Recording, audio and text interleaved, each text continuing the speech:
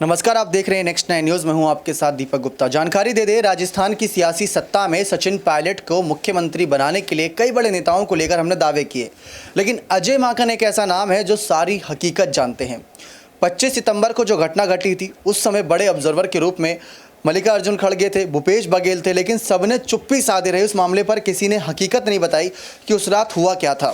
मल्लिकार्जुन खड़गे अध्यक्ष बन गए, भूपेश बघेल सीएम बनने के दोबारा सपने देख रहे हैं, लेकिन अजय माकन एक ऐसा नाम है जिन्होंने गहलोत के समर्थक नेताओं के खिलाफ इस्तीफा तक दे दिया था। जी हाँ, राजस्थान के नए प्रभारी यहाँ पर रंधावा जी बने, लेकिन उनसे पहले दिल्ली की सत्ता से आकर यहाँ पर अजय माकन ने बागडोर संभाली थी।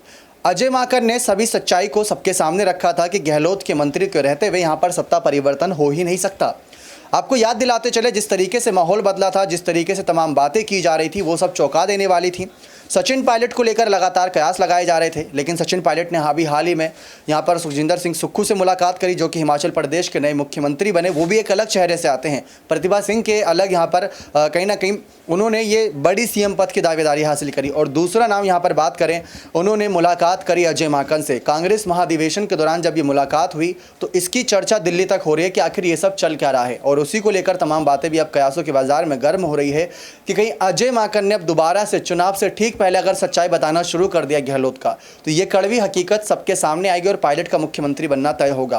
क्योंकि उस रात अजय माकन राजस्थान के प्रभारी थे और उनको फैसला लेना था कि क्या सीएम पद सचिन को दिया जाना चाहिए या नहीं, और वो सचिन के समर्थन में थे।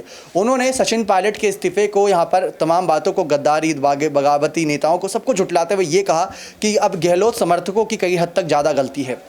इसी वजह से अजय माकन पर ज़्यादा उम्मीदें जिंदा हैं कि अगर राजस्थान के जब वो प्रभारी पद पर थे और गहलोत के मंत्रियों ने जो उत्पात मचाया था, गहलोत के कहने पर मचाया या किसी और के कहने पर, उसकी हकीकत को अब बयां करें।